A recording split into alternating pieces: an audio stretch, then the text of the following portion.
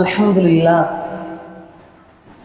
আল্লাহ রাব্বুল আলামিনের দরবারে অসংখ্য অগণিত লক্ষ কোটি কোটি শুকরিয়া যে আল্লাহ তাআলা আমাদের সবাইকে গুণে গুণে বাছাই করে আল্লাহ তাআলার পবিত্র ঘর মসজিদের মধ্যে আসার মতো বসার মতো তৌফিক দান করেছেন। এজন্য মন খুলে আল্লাহ তাআলার শুকরিয়া জ্ঞাপন করি। আলহামদুলিল্লাহ।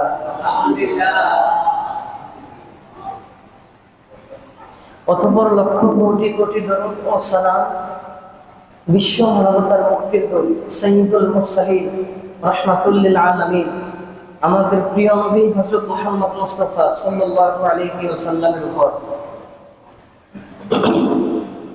আজকে একটা গুরুত্বপূর্ণ বিষয় নিয়ে আলোচনা করব।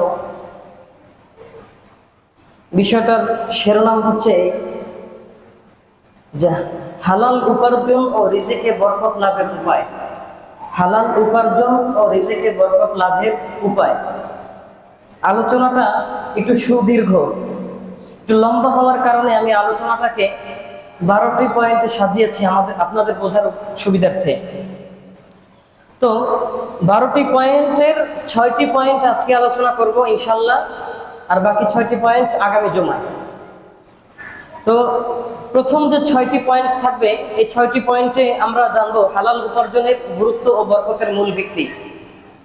আর দ্বিতীয় যে 6টি পয়েন্ট থাকবে, ওই 6টি পয়েন্টে আমরা জানবো যে রিজিকে বরকত লাভের প্র্যাকটিক্যাল 6টি সুন্নাহসম্মত আমল। রিজিকে বরকত লাভের 6টি প্র্যাকটিক্যাল সুন্নাহসম্মত আমল, কিভাবে রিজিকে বরকত পাওয়া যাবে, এই আমলগুলো সম্পর্কে ইনশাল্লাহ আগামী জুমায় জানবো। তো আজকের আলোচনা কি? 6টি পয়েন্টে হালাল উপার্জনের গুরুত্ব ও বরকতের মূল ভিত্তি, এই বিষয়গুলো আমরা জানবো। আমরা টাকা পয়সা ইনকাম করি, কেউ ব্যবসা বাণিজ্য করি, কেউ চাকরি বাকরি করি, কেউ কৃষিকাজ করি, ইত্যাদি ইত্যাদি পেশায় আমরা জড়িত। অনেক সময় দেখা যায় যে টাকা প্রচুর পরিমাণ ইনকাম হচ্ছে, কিন্তু কোনো প্রকার বরকত পাচ্ছি না। বরকত মানে হঠাৎ একটা বিপদ চলে আসলো, হসপিটালে ডাক্তারি চিকিৎসা, আমি ইনকাম করতেছি, একদিক থেকে আসতেছে আরেক দিকে যাচ্ছে। দেখেন, আশাটা হচ্ছে ভালো বিষয়, কিন্তু রোগের কারণে, অসুস্থতার কারণে চলে যাচ্ছে, এটা কিন্তু ঠিক না। এখন অসুস্থতা, এই রোগ দেয় কে? বুঝছেন? রিজিকে বরকত আসবে কখন? যখন রোগ ব্যাধি বালা মুসিবত এগুলো থেকে রক্ষা থাকা যাবে, হেফাজতে থাকা যাবে। এই সমস্ত বিষয় থেকে যদি আমরা হেফাজতে থাকতে না পারি, তাহলে আমরা কখনোই রিজিকে বরকত পাবো না। আল্লাহ আমাদেরকে বোঝার তৌফিক দান করি, আমিন। আজকের আলোচনার 1 নম্বর পয়েন্ট, আজকের আলোচনা কি বিষয় জানবো বলেছিলাম? হালাল উপার্জনের গুরুত্ব ও বরকতের মূল ভিত্তি। সবাই মনোযোগ সহকারে শুনবো আলোচনা। 1 নম্বর পয়েন্ট, রিজিকে সঠিক ধারণা এবং একমাত্র রিজিক দাতা আল্লাহ তাআলা, এ বিষয়ে আমাদের পরিপূর্ণ বিশ্বাস রাখা। অনেকে মনে করে কেবল টাকা পয়সাই রিজিক। আসলে কি শুধু টাকা পয়সাই রিজিক? না, সুস্বাস্থ্য, নেককার স্ত্রী, নেককার সন্তান, তারপরে মনের শান্তি, সবকিছুই কিন্তু রিজিকের অন্তর্ভুক্ত। আপনার টাকা পয়সা সবকিছু আছে, ঘরের শান্তি নাই, আপনার রিজিক পরিপূর্ণ হয় নাই। আপনার ঘরে শান্তি থাকবে, সবকিছু থাকবে, তখন মনে করবেন যে হ্যাঁ, আমার রিজিক পরিপূর্ণ আছে। তো এই জন্য মানুষের নিজস্ব ক্ষমতা আর চালাকি দিয়ে, কৌশলে, অনেকে মনে করে আরে অমুকে তো কৌশলে, অমুকে চালাক মানুষ, এই জন্য রাতারাতি বড়লোক হয়ে গেছে। এরকম অনেক সময় চিন্তা ভাবনা করি না আমরা? মাদক ইত্যাদি ইত্যাদি হারাম কাজের সাথে লিপ্ত হয়ে রাতারাতি বড়লোক হয়ে গেছে, কৌশলে বড়লোক হয়ে গেছে। না, কখনো কৌশলে চালাকির কারণে বড়লোক হওয়া যায়? রিজিক একমাত্র দান করেন কে? সবাই বলেন না, দান করেন কে? রিজিকের মালিক আল্লাহ, রিজিক দান করেন একমাত্র আল্লাহ। এই কথার উপর পরিপূর্ণ আস্থা রাখেন। আল্লাহ তাআলা বলেন সূরাতুজ জারিয়াত 58 নম্বর আয়াত, আল্লাহ বলেন ইন্নাল্লাহা হুয়ার রাজ্জাকুল কুওয়াতিল মাতিন। আল্লাহ তাআলা বলেন আল্লাহ তাআলাই হচ্ছে চূড়ান্ত রিজিকের ফয়সালাকারী। চূড়ান্ত রিজিকের ফয়সালাকারী কে? আল্লাহ তাআলা যে রিজিক আপনার কপালে লিখে রাখছেন, এর চেয়ে আপনি যত কষ্ট করেন এক বিন্দু পরিমাণ রিজিক আপনি বেশি উপার্জন করতে পারবেন। কিন্তু আল্লাহ তাআলা যা রিজিক আপনার জন্য লিখে রাখছেন, ওটা আপনার কাছে এমনিতেই পৌঁছে দিবে, এমনিতেই চলে আসবে। আপনি সামান্য মেহনত করবেন। আপনি এই চিন্তা করেন না আমি একটু চালাক মানুষ এজন্য হয়তো আমার রিজিক বেশি, না, এটা ভুল কথা। হাদিসের মধ্যে আল্লাহর রাসূল বলেন, শুআইবুল ঈমান কিতাবের নাম বাইহাকি, এই কিতাবের ৯৮৯১ নম্বর হাদিসের বর্ণনা। আল্লাহর রাসূল সাল্লাল্লাহু আলাইহি ওয়াসাল্লাম বলেন, ইন্না রূহাল কুদুসি নাফাসা ফি রাউই আন্নান নাফসা লান তামুত হাত্তা তাসতাওফিয়া রিজকাহা। আল্লাহর রাসূল সাল্লাল্লাহু আলাইহি ওয়াসাল্লাম বলেন, জিবরাইল আলাইহিস সালাম আমার কাছে আসলেন, আমার কাছে আসার পরে আমার অন্তরের মধ্যে ফুঁক দিলেন, ফুঁক দিয়ে এই বিষয়টা জানিয়ে দিলেন যে দুনিয়ার জমিনের মধ্যে আল্লাহ তাআলা যত প্রকার প্রাণী পাঠিয়েছেন ওই সমস্ত প্রাণীরা তাদের যে সমস্ত রিজিক আল্লাহ তাআলা তাদের তকদিরের মধ্যে লিখে রাখছে, এই রিজিক খাওয়ার আগ পর্যন্ত কোনো প্রাণীর মৃত্যু হবে না। বুঝাইতে পারলাম আমি? আমাদের রিজিক আল্লাহ যতটুকু লিখে রেখেছে, নির্ধারণ করা আছে, আমার নির্ধারিত রিজিক আমি খাওয়ার আগ পর্যন্ত, শেষ হওয়ার আগ পর্যন্ত আমার মৃত্যু হবে না। আমার রিজিক শেষ হবে তারপরে আমার মৃত্যু আসবে, আমার রিজিক শেষ হবে তারপরে আমার মৃত্যু আসবে। এখন বুঝছেন? রাসূল সাল্লাল্লাহু আলাইহি ওয়াসাল্লাম বলেন, নির্ধারিত রিজিক শেষ হওয়ার আগে মৃত্যু আসে না। এখন অনেকে বলে, হুজুর অসুস্থতার কারণে, অ্যাক্সিডেন্টের কারণে অনেকের তো মৃত্যু হয়, তাদের রিজিক ওই পর্যন্ত ছিল, এই কারণে তার এইভাবে মৃত্যু, বা যে কোনো ভাবে আল্লাহ তার তকদিরে লিখে রাখছে। আরেকটা কথা হচ্ছে, গুনাহের কারণে কিন্তু রিজিক কমে যায়। কিসের কারণে? রিজিক কমে যায় মানে রিজিকের বরকত নষ্ট হয়ে যায়। যে রিজিকটা আপনার জন্য লিখে রেখেছিলেন, আপনি এই রিজিকটা কোন কোন কাজে ব্যয় করবেন এটাও কিন্তু আল্লাহ লিখে রাখছেন। এই রিজিকটা কোন কোন খাতে ব্যয় করবেন, ওই খাতে আপনি ব্যয় করতে পারছেন না, দেখবেন এমন একটা রোগ আসছে, ওদিকে টাকা খরচ হচ্ছে হয় না এরকম? হ্যাঁ, এরকম এর কারণ হচ্ছে গুনাহ। তবে সবার ক্ষেত্রে বিষয়টা কিন্তু এমন না, সবার ক্ষেত্রে বিষয়টা কিন্তু এমন না। এই জন্য আমাদের প্রত্যেকের প্রয়োজন কি? গুনাহ পরিত্যাগ করা, রিজিকের সঠিক ধারণা একমাত্র আল্লাহ তাআলার উপর করা। আল্লাহ তাআলাই রিজিক দাতা। আমি নিজে চালাক, নিজে বড় চাকরি করি, নিজে বিশাল বড় ব্যবসা আছে, এই কারণে আমার কাছে রিজিক আসে না, এটা পরিপূর্ণ ভুল ধারণা। রিজিকের মালিক কে? রিজিক দান করেন কে? এই কথার উপর পরিপূর্ণ আস্থা রাখা। আল্লাহ আমাদেরকে বোঝার তৌফিক দান করুন, করি আমিন।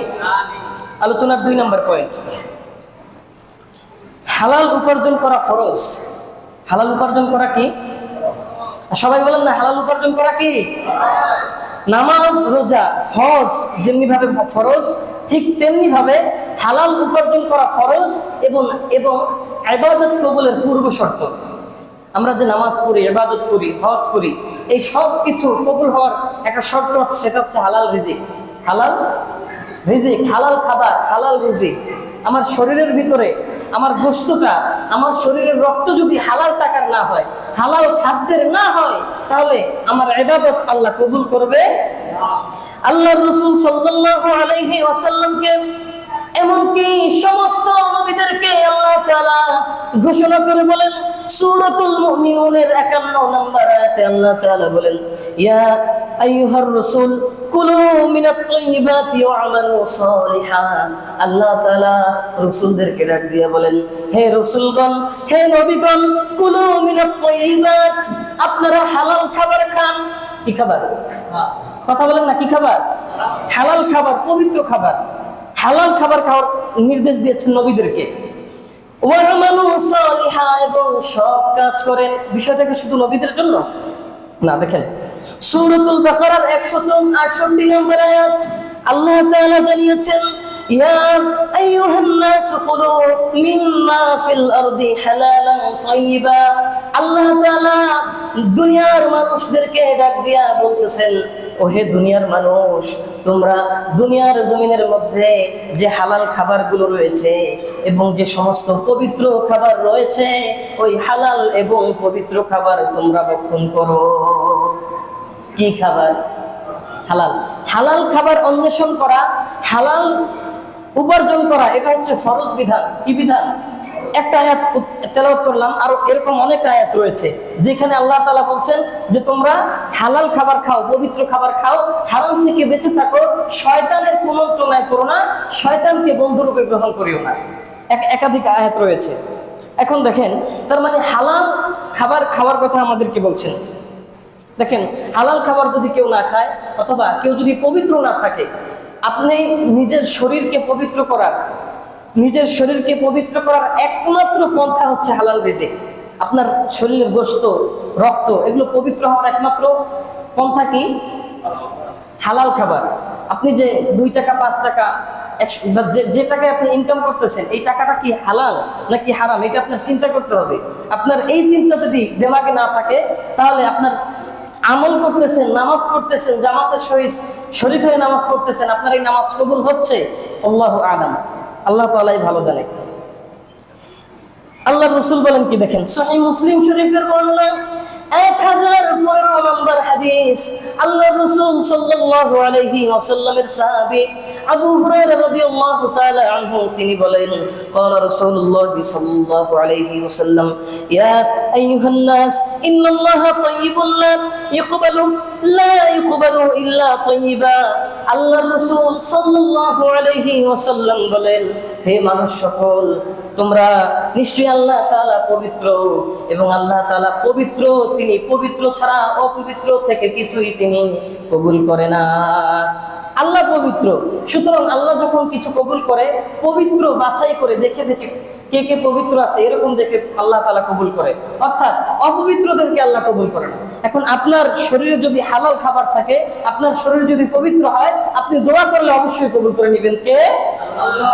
আর যদি পবিত্র যদি না হয় শরীর, রক্ত পবিত্র না, শরীর পবিত্র না, আমার কথা বুঝাতে পারতেছি তো? পবিত্র মানে হালাল খাবার, পবিত্র মানে আপনার রিজিক যদি হালাল হয়, খাবার যদি হালাল হয়, তাহলে আপনার শরীরের রক্ত গোশত হালাল, পবিত্র, এই পবিত্র জিনিসকে আল্লাহ কবুল করে নেবেন। বুঝাইতে পারতেছি আমি? এজন্য আমাদের হালাল রিজিক অন্বেষণ করার দরকার আছে না নাই? জোরে বলেন না, আছে না নাই? আল্লাহ আমাদের সবাইকে আমল করার তৌফিক দান করুক, পড়ি আমিন। এই গেল 2 নম্বর পয়েন্ট আলোচনার 3 নম্বর পয়েন্ট, হারাম উপার্জনের ভয়াবহতা ও জাহান্নামের শাস্তি। আমরা যারা হারাম উপার্জন করতেছি, মনে হচ্ছে সুদ ঘুষ মাপে কম দেওয়া, অন্যের সম্পদ জোর করে দখল করা, খাদ্যে ভেজাল দেওয়া, হচ্ছে না আমাদের দেশে? হচ্ছে না? খাদ্যে ভেজাল, অন্যের জমি দখল করা আমাদের দেশে মানে এটা একটা পেশা হয়ে গেছে। আমাদের দেশে এগুলো একটা, সুদ ঘুষের কথা তো বাদই দিলাম, ঘুষ ছাড়া চাকরিও হয় না, আর সুদ ছাড়া মানুষ চলতে পারে না। কোনো বিপদে পড়লেই সুদের কাছে দৌড়ায়। এটা আমাদের দেশে মানুষের একটা রীতি রেওয়াজ হয়ে গেছে। আল্লাহ আমাদেরকে এই রীতি রেওয়াজ থেকে হেফাজত করুক, পড়ি আমিন। আল্লাহ পাক রব্বুল আলামিন বলেন সূরাতুল বাকারা 188 নম্বর আয়াত, আল্লাহ তাআলা বলেন, ওয়ালা তাকুলু আমওয়ালাকুম বাইনাকুম বিল বাতিল। আল্লাহ তাআলা বলেন, হে মুমিনরা, হে দুনিয়ার মানুষ সকল, হে ইমানদারগণ, তোমরা একে অপরের সম্পদ অবৈধভাবে গ্রাস করে ফেলো না। অন্যায়ভাবে ভক্ষণ করা যাবে না, অন্যায়ভাবে গ্রাস করা যাবে না, মানে প্রতারণা করে, কারো জমি জোর দখল করে, সুদ খেয়ে, ঘুষ করে, এগুলো সব অন্যায়। আল্লাহ তাআলা সরাসরি নিষেধ করছেন। দেখেন, যদি কোনো ব্যক্তি হারাম উপার্জন করে, তার সম্পর্কে আল্লাহ রাসূল কি বলেন? তিরমিজি শরীফের হাদিস, তিরমিজি শরীফের 614 নম্বর হাদিসের বর্ণনা। এই হাদিসের বর্ণনাকারী হচ্ছে আল্লাহ রাসূলের সাহাবী আব্দুল্লাহ ইবনে জাবের ইবনে আব্দুল্লাহ রাদিয়াল্লাহু তাআলা আনহুমা, তিনি বলেন, আন্নান নবী সাল্লাল্লাহু আলাইহি ওয়াসাল্লাম قال كل جسد نبت من سحت فالنار أولى به।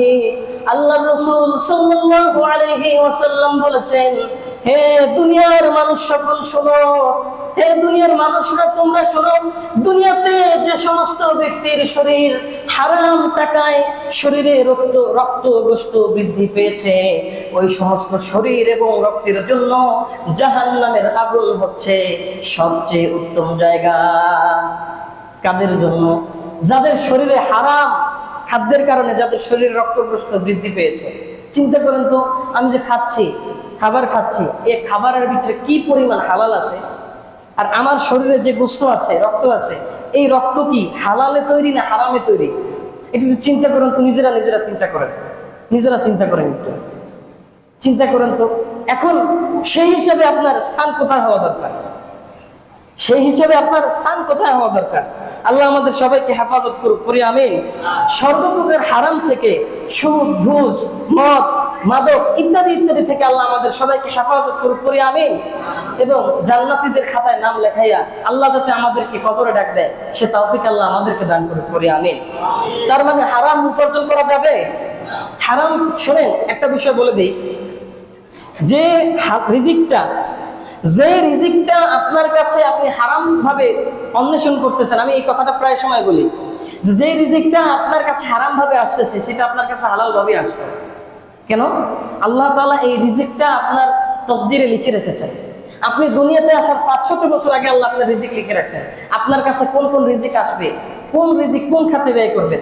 কিন্তু আপনার এই উপার্জনের পন্থাটা যদি হালাল হয়, অবশ্যই ওই রিজিকটা, যে রিজিকটা আপনি হারাম ভাবে উপার্জন করতেছেন, সুদের মাধ্যমে, ঘুষের মাধ্যমে, এটা আপনার কাছে হালাল ভাবে আসতো, কিন্তু আপনি হারাম ভাবে উপার্জন করতেছেন, আপনার হালালের রাস্তা বন্ধ হয়ে যাচ্ছে।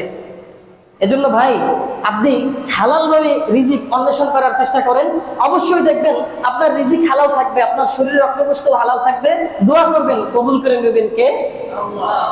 এজন্য হালাল অন্বেষণ করতে পারবো না ইনশাআল্লাহ? আল্লাহ আমল করার তৌফিক দান করুক, করি আমিন। আমিন বলতে কষ্ট হয়?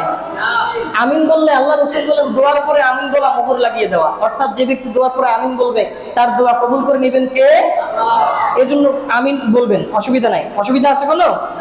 আমল করার তৌফিক দান করুক, করি আমিন। রিজিকে বরকত কি? 4 নম্বর পয়েন্ট, রিজিকে বরকত কি এবং বরকতহীনতার মূল কারণ। আমাদের রিজিকে বরকত আসতেছে না কেন? আমরা রিজিক অন্বেষণ করতেছি, টাকা পয়সা ইনকাম করতেছি, ভালো টাকা ইনকাম করতেছি, কিন্তু তারপরেও বরকত নাই কেন?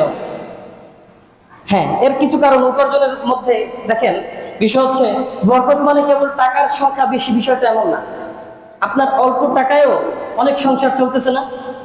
কথা বলে না, অল্প টাকায় অনেক সংসার চলতেছে না? মাত্র 10,000 12,000 টাকায় সংসার চলতেছে না? আবার 2 লাখ টাকা ইনকাম করে সংসারে শান্তি নাই, এরকম আছে না?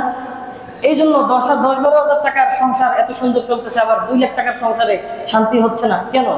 দেখেন, অহেতুক বিপদ আপদ ও চিকিৎসায় টাকা নষ্ট হওয়াটা হচ্ছে বরকত নষ্ট হওয়ার মূল কারণ। বিপদ আপদ আসা, বিপদ তো এমনি এমনি আসে না। আল্লাহ রাসূল হাদিসের মধ্যে আসছে, আমাদের দুনিয়ার মধ্যে এবং আমাদের ব্যক্তিগত কারণে যত প্রকারের বিপদ আপদ, বালা মুসিবত, রোগ ব্যাধি আসে, এগুলো সব হচ্ছে আমাদের হাতের কামাই। কিসের কামাই? কথা বলেন, আমাদের কিসের কামাই? আমার কথাটা হজম করতে কষ্ট হচ্ছে? আল্লাহ তাআলার কথা, আমার নিজের না। আল্লাহ তাআলা বলেন যে তোমাদের রিজিকের মধ্যে, তোমাদের জীবনে, পার্থিব জীবনে যত প্রকার বিপদ আপদ, বালা মুসিবত আসে, সব তোমাদের হাতের কামাই, 2 হাতের কামাই।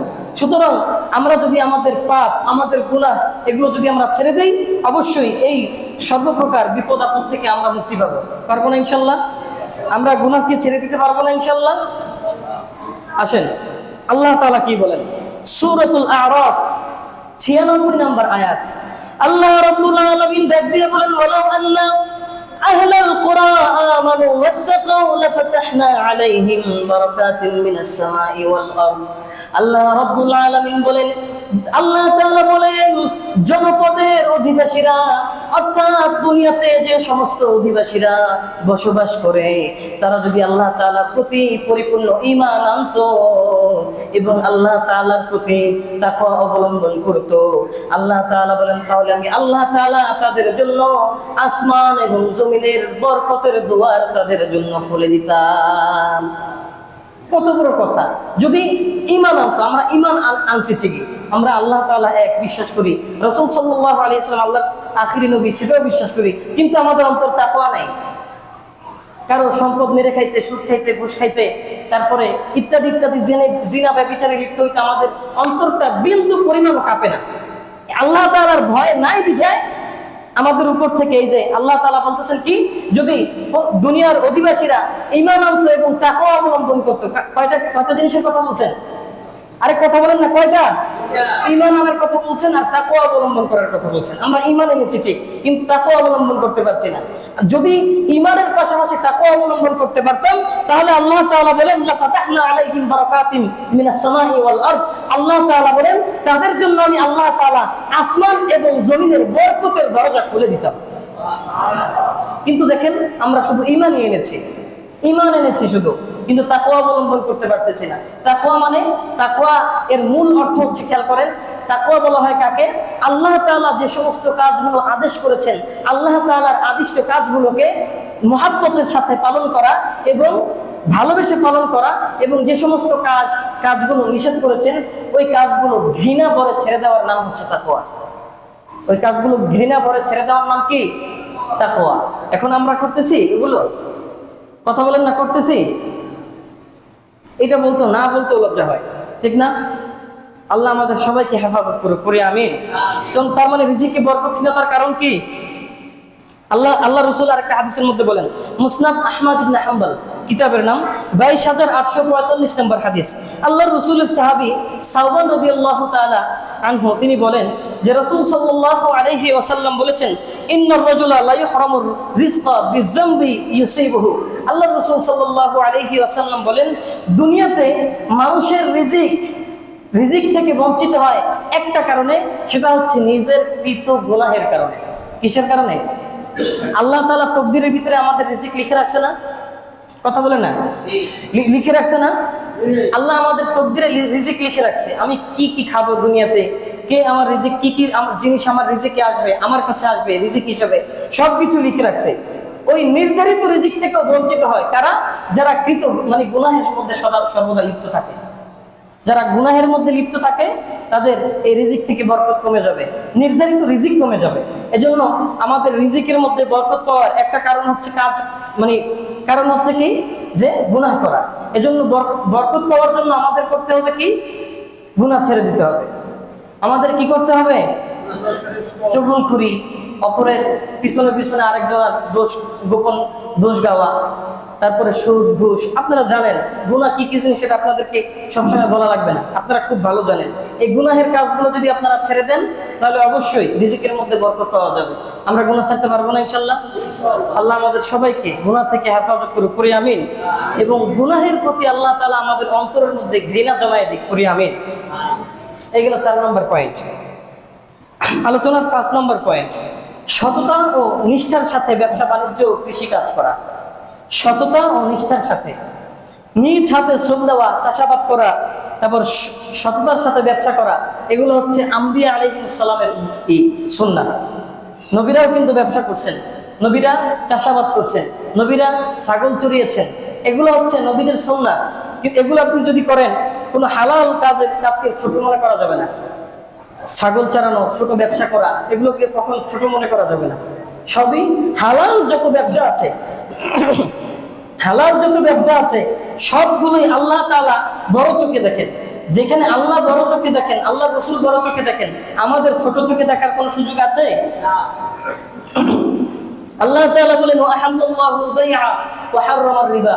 রাস্তা দুইটা, একটা তোমাদের জন্য আমি ব্যবসাকে হালাল করেছি, সুদকে হারাম করে দিয়েছি। সুদ তোমাদেরকে জাহান্নামের দিকে নিয়ে যাবে, ওয়া আহাল্লাল্লাহুল বাই'a, ব্যবসা তোমাদেরকে সততার সাথে ব্যবসা যারা করবে, আল্লাহর রাসূল বলেন, আত-তাজিরুস সুদুকুল আমিন মা'আন নাবিয়্যিন ওয়াস সিদ্দীকিন ওয়াস শুহাদা'i ওয়াস সালিহিন। আল্লাহর রাসূল বলেন, যারা সততার সাথে ব্যবসা করবে তারা নবীদের সাথে পর্যন্ত তারা জান্নাতি হয়ে যাবে। তো দেখেন রাস্তা কয়টা? সুদ কোন দিকে নিয়ে যাবে? কথা বলেন না, সুদ কোন দিকে নিয়ে যাবে? হারাম কোন দিকে নিয়ে যাবে? কিন্তু ব্যবসা নবীদের সাথে জান্নাতে পর্যন্ত নিয়ে যাবে, যদি আপনার ব্যবসাটা হালাল ভাবে হয়, যদি আপনার ব্যবসাটা সততার সাথে হয়। দেখেন এক হাদিসের মধ্যে আসছে, রাসূল সাল্লাল্লাহু আলাইহি ওয়াসাল্লাম বলেছেন যে রিজিকের 10 ভাগের 9 ভাগ আল্লাহ তাআলা ব্যবসার মধ্যে দিয়ে দিয়েছেন। কয় ভাগ? 10 ভাগের 9 ভাগই আল্লাহ ব্যবসার মধ্যে দিয়েছেন, আর বাকি 1 ভাগ আল্লাহ অন্যান্য কৃষি কাজ, অন্যান্য যত কাজ আছে 1 ভাগ অন্যান্য জিনিসের মধ্যে আল্লাহ দিয়েছেন। তার মানে ব্যবসা অনেক বড় বিষয় না? মানুষ ছোট ছোট ব্যবসা, অল্প ব্যবসা থেকে অনেক কোটিপতি হয়ে গেছে, এরকম নজির আছে না? অল্প ছোট ব্যবসা থেকে, অল্প কয়েক হাজার টাকার ব্যবসা নিয়ে নামছে, এক সময় অনেক কোটিপতি হয়ে গেছে। এজন্য ব্যবসাকে কখনো ছোট করে দেখা যাবে। আর ব্যবসাটা করতে হবে কি? নিষ্ঠার সাথে, সততার সাথে। আল্লাহ আমাদের সবাইকে এই যদি সততার সাথে, এই নিষ্ঠার সাথে যদি ব্যবসা করি, তাহলে অবশ্যই আল্লাহ তাআলা আমাদের রিজিকের মধ্যে বরকত দান করবেন। কি দান করবেন? যদি কোনো ব্যক্তি এই ব্যবসার মধ্যে যদি কারচুপি করে, তাহলে কিন্তু তার নষ্ট হয়ে যাবে। কথার কথা, আমি কিন্তু ব্যবসা সম্পর্কে কয়েক জুমা আগে সম্বন্ধে আলোচনা করেছিলাম, কয়েক জুমা আগে, যে কোনো ব্যক্তি যদি কথার কথা একটা পণ্য কিনলো 140 টাকা, এখন বিক্রি করবে কথার কথা 150 বা 160 টাকা বিক্রি করবে। এখন সে বললো আমার কিনে আছে 150 টাকা, আমি 150 টাকা আনছি, আপনি আমার 10 টাকা লাভ দিয়ে 70 টাকা। আসলে কিনছিল কয় টাকা? 40 টাকা। বুঝছেন? আপনি একটা জিনিস কিনলেন 150 টাকা দিয়ে, আপনার খরচ আছে আরো 10 টাকা। আপনি বলবেন যে ভাই আমার 150 টাকা কিনা, 10 টাকা খরচ, 160 টাকা, এখন আমি এটা 170 টাকা বিক্রি করবো, নিলে নেন না নিলে নাই। অথবা আপনার যদি কিনা দাম বলতে ইতস্তত বোধ হয়, আপনি কিনা দাম বলিয়েন না, ভাই আমি যে টাকা দিয়ে কিনি আমি 160 টাকা বিক্রি করবো, আপনি নিলে নেন, এর চেয়ে কমে বিক্রি করতে পারবো না। কিন্তু আপনি বলতেছেন যে আমি কিনছি 160 টাকা, আমি বিক্রি করবো 170 টাকা, তখন আপনার ব্যবসার মধ্যে বরকত নষ্ট হয়ে যাবে। এগুলো কিন্তু ম্যাক্সিমাম দোকানদাররা করে। শহরে যদি যান, মানে এত সুন্দর করে আপনারা বুঝাবে দোকানদাররা, আর দোকানদারের কিছু কর্মচারী থাকে, এত সুন্দর করে বুঝাবে, মানে আপনার বোকা বুঝাই দেবে সহজে। আল্লাহ আমাদের সবাইকে এইরকম কারচুপি করা থেকে হেফাজত করুক, করি আমিন। এইগুলো মানে সততার সাথে ব্যবসা করতে হবে। এইগুলো 5 নম্বর পয়েন্ট। 6 নম্বর পয়েন্ট, মাপে কম না দেওয়া এবং বেচা কেনায় ধোঁকাবাজি বর্জন করতে হবে। যদি ধোঁকাবাজি বর্জন না করে, তাহলে পুরো জাতির উপরে, পুরো জনগোষ্ঠীর উপরে আল্লাহ তাআলা বিপদ আপদ নাযিল করে। দেখেন, মাপে কম দেওয়া, ফসলের মধ্যে দোষ লুকিয়ে রাখা, অথবা আপনি বিক্রি করতেছেন কাপড়, কাপড়ের মধ্যে দোষ আছে, ক্রেতা জানে না, আপনি বিক্রেতা, আপনি জানেন, আপনি বিক্রি করে দিলেন, চালাইয়া দিছি। আসলে চালাইয়া দেন না, এটা আপনি নিজের প্রতি নিজে ডেকে আনছেন। আপনার ব্যবসার ভিতরে যে বরকত ছিল, ওই বরকতটা আপনি নষ্ট করছেন। আপনার উচিত ছিল যে ভাই এই দেখেন, এই কাপড়ে এখানে একটা ছিদ্র আছে, ফুটা আছে, এটা দেখে নেন, প্রয়োজনে আপনি আমাকে 5-10 টাকা কম দেন, তারপরে এটা দেখে নেন। যদি আপনি দেখে দেন, বাস আপনার কাজ আপনি করছেন, আপনার আর কোনো অসুবিধা নেই ইসলামের দৃষ্টিকোণ থেকে। এই জন্যে মাপে কম দেওয়া যাবে না। মাপে কম দিতে নিষেধ করেছেন। কোনো জিনিস বিক্রি করলে দোষ ত্রুটি থাকলে এটা দেখাইয়া দেওয়া, দোষ ত্রুটি থাকলে এটা কি করা? দেখাইয়া দেওয়া। দেখেন, আল্লাহ রাসূল সাল্লাল্লাহু আলাইহি ওয়াসাল্লাম হাদিসের মধ্যে, আগে আয়াতটা খেয়াল করি, সূরাতুল আনআম আল্লাহ তাআলা বলেন 152 নম্বর আয়াত, আল্লাহ বলেন ওয়াউফুল কাইলা ওয়াল মিজানা বিল কিসত, তোমরা যখন পরিমাপ করবে, ওজন করবে, আল্লাহ তাআলা বলেন তখন ন্যায় সঙ্গতভাবে মাপ এবং ওজন করবে, মানে মাপের মধ্যে কোনো কারচুপি যাতে না হয়। তারপরে আল্লাহ রাসূল সাল্লাল্লাহু আলাইহি ওয়াসাল্লাম বলেন, ইবনে মাজাহ 4019 নম্বর হাদিসের বর্ণনা, রাসূল সাল্লাল্লাহু আলাইহি ওয়াসাল্লাম বলেন যে ওয়ালাম ইয়ানকুসুল মিকিয়ালা ওয়াল মিজান, আল্লাহ রাসূল বলেন যখন কোনো জাতি, যখন কোনো জনগোষ্ঠীর কেউ মাপের মধ্যে, পরিমাপের মধ্যে কারচুপি করে অথবা ব্যবসার সময় ধোঁকাবাজি করে, তখন আল্লাহ রাসূল বলেন ওই পুরো জনগোষ্ঠীর মধ্যে আল্লাহ তাআলা ভয়ঙ্কর বিপদ এবং মুসিবত আল্লাহ তাআলা দান করেন। নাউজুবিল্লাহ পড়েন। অল্প কয়েকজন যদি করে, পুরো জনগোষ্ঠীর মধ্যে আল্লাহ ভয়ঙ্কর বিপদ নাজিল করেন। আরেকটা বিপদ নাজিল করেন, সেটার নাম হচ্ছে ওয়াজাউরিস সুলতানি আলাইহিম, যে মানে জুলুমকারী শাসক, জুলুমকারী শাসক ওই রাষ্ট্রের জন্য আল্লাহ নিযুক্ত করে দেন। মানে এমন শাসক, যে শাসক ওই রাষ্ট্রে আসার পর ওই রাষ্ট্রের মানুষদেরকে অত্যাচার করবে, জুলুম করবে, এমন শাসক আল্লাহ নিযুক্ত করে দেন। এই জন্যে পরিমাপের মধ্যে কারচুপি করা যাবে না, মাপে কম দিবেন না, পারলে 2-1 গ্রাম বেশি দিবেন, পারলে 2-1 গ্রাম বেশি দেওয়ার চেষ্টা করবেন, মাপে কখনোই কম দিবেন না। এটা জাতি ধ্বংসের অন্যতম কারণ। শুআয়ব আলাইহিস সালামের জাতি এই কারণে ধ্বংস হয়ে গেছিল, একমাত্র শুআয়ব আলাইহিস সালামের জাতি। আল্লাহ আমাদের সবাইকে এই ধোঁকাবাজি, মাপে কম দেওয়া থেকে হেফাজত করুক, করি আমিন। তার মানে এগুলো হচ্ছে সব রিজিক সম্পর্কিত আলোচনা। তো বলেছিলাম আজকের আলোচনা হালাল উপার্জন ও রিজিকে বরকত লাভের উপায়। 12টি পয়েন্টে সাজিয়েছি। 6 নম্বর পয়েন্ট পর্যন্ত আজকে আলোচনা করেছি, বাকি 6টি পয়েন্ট আগামী জুমায় আলোচনা করব। আগামী জুমায় আলোচনার আলোচ্য বিষয় থাকবে ইনশাল্লাহ রিজিকে বরকত লাভের 6টি প্র্যাকটিক্যাল সুন্নাহসম্মত আমল, মানে কিভাবে রিজিকে বরকত পাওয়া যাবে এই সম্পর্কিত কয়েকটা আমলের বিষয়ে আমরা জানবো। আল্লাহ আমাদের সবাইকে ধৈর্য সহকারে এই আলোচনার উপর আমল করার তৌফিক দান করুক, করি আমিন। আর আগামী জুমায় ইনশাআল্লাহ তাড়াতাড়ি সবাই মসজিদে চলে আসবেন, আল্লাহ তৌফিক দান করুক, করি আমিন। ওয়া আখির দাওয়ানা আলহামদুলিল্লাহি রাব্বিল আলামিন।